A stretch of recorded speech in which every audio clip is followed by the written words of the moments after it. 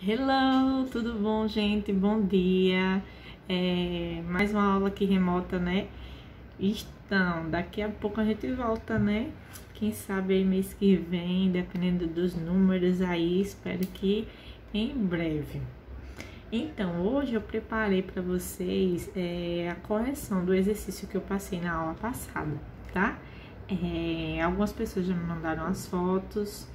E eu já vi que acertaram algumas coisas, isso é bastante positivo. As outras pessoas que não estão mandando exercícios, mandem, viu? Que eu tô anotando tudo.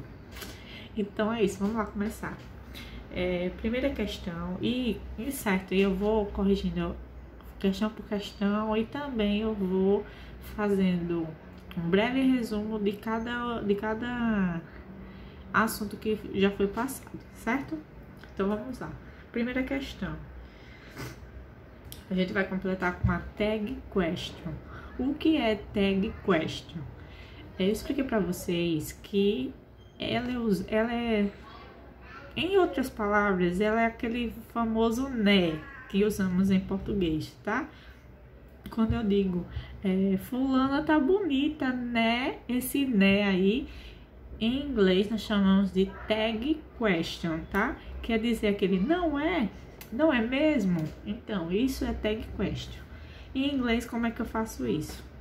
Nós vamos pegar o verbo auxiliar ou o verbo to be, enfim, a palavra que vem depois do pronome e vamos trocar de lugar, porque se um lado é positivo, o outro lado vai ser negativo, fazendo uma pergunta.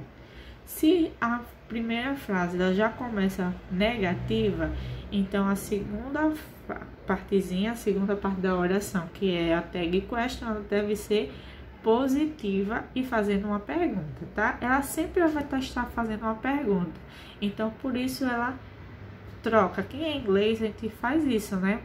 Por exemplo, no have, se eu colocar have ou has numa frase, quando eu quero fazer uma pergunta, eu troco de lugar com o pronome. Então, o have ou has, ele vai na frente da frase e depois vem o pronome. É isso que eu vou usar com o tag question, tá? Isso para verbo to be, para pronome, para verbo auxiliar, enfim, para todos eles nós fazemos isso. Então, a primeira frase aí é Tony hasn't. Eu preciso ver só essas duas primeiras palavras, tá? Tony hasn't. Tá vendo aí que é negativo, né? Hasn't. Então, eu vou trocar de lugar, ao invés de ficar Tony hasn't, vai ser has Tony, tá? Tira o not, que não é para colocar not nos dois lados. Então, vai ficar has. E ao invés de Tony, eu vou usar o pronome dele, que é he, certo? Ele. Porque quando eu estou falando de tag question, eu não posso usar o nome próprio, tá? Eu sempre uso pronomes. Então, vai ser sempre he, she, it, enfim, esses pronomes. Então, como aqui é Tony, vai ser he. A resposta aí ficava, então, has he. A frase inteira. Tony hasn't learned how to drive. Has he? Ok?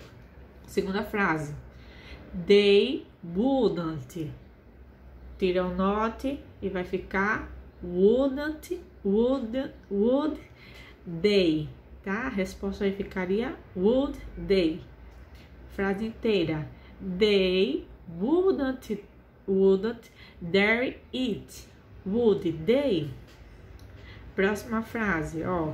It's juntou aí com it is, tá? Então, vamos transformar isso para negativa e interrogativa. No caso, vai ficar isn't it? A frase inteira. It's very hot today. Isn't it? E a próxima frase, ó, tem uma coisinha aí. Usamos aí o que? Tem aí I am, né? Que é o verbo to be. É a mesma coisa que I am. Quando eu vou passar para o tag question, eu não posso usar aí am. Eu tenho que usar are, tá? É uma das exceções aí que eu expliquei para vocês. Então, vai ficar aren't I. A frase inteira vai ficar am a good dancer, aren't I? E por último, tem aí isn't. E por último tem aí she. E não tem nenhum verbo auxiliar. Quando não tem nenhum verbo auxiliar, a gente sabe que tem que usar o do ou does, tá? Do vamos usar para I, we, you e they. E o does nós usamos nas 3 pessoas do singular, que é quem? She, he, it, né? Então, no caso aí vai ficar, a resposta seria doesn't she. A frase inteira, she likes coffee, doesn't she? Segunda questão, estaremos usando aí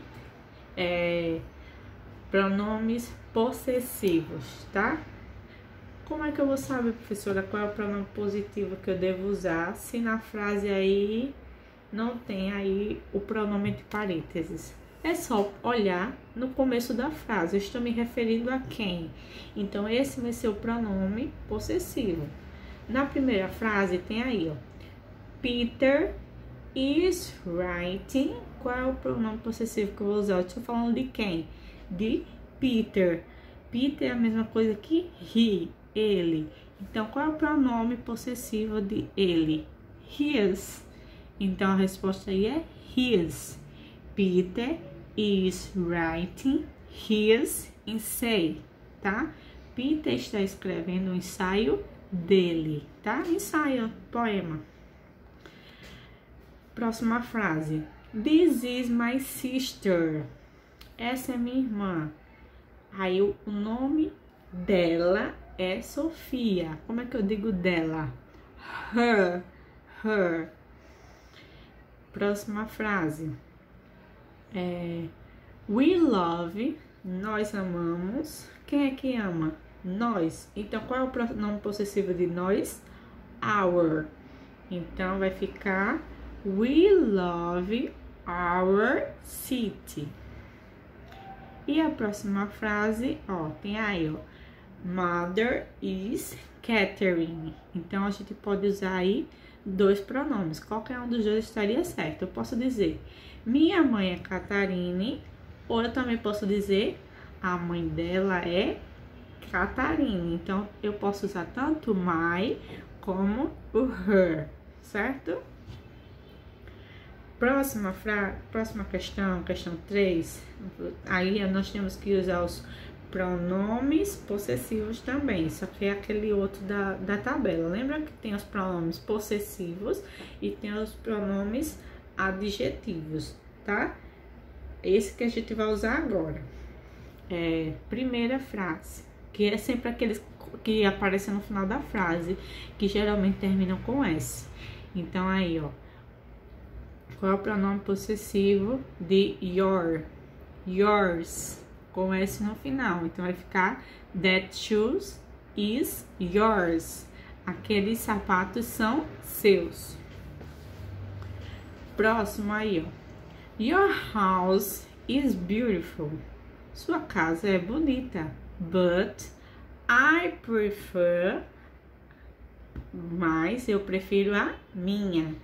Qual é o pronome possessivo de I? Mine.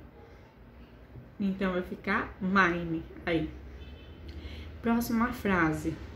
Pronome possessivo de she. De she vai ser hers. Com S no final.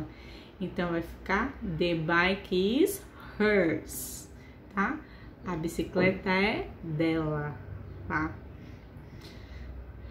Quarta questão. Nós vamos usar agora os casos genitivos. O que são os casos genitivos? São aqueles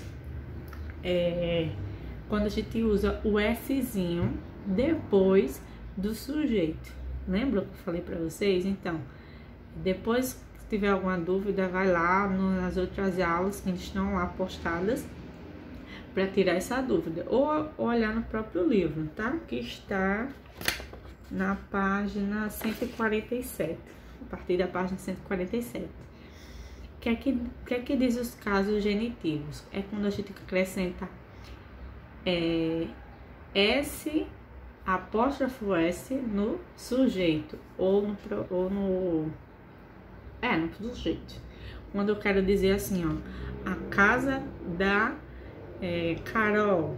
Então, ao invés de eu dizer the house of Carol, eu digo Carol's house, tá?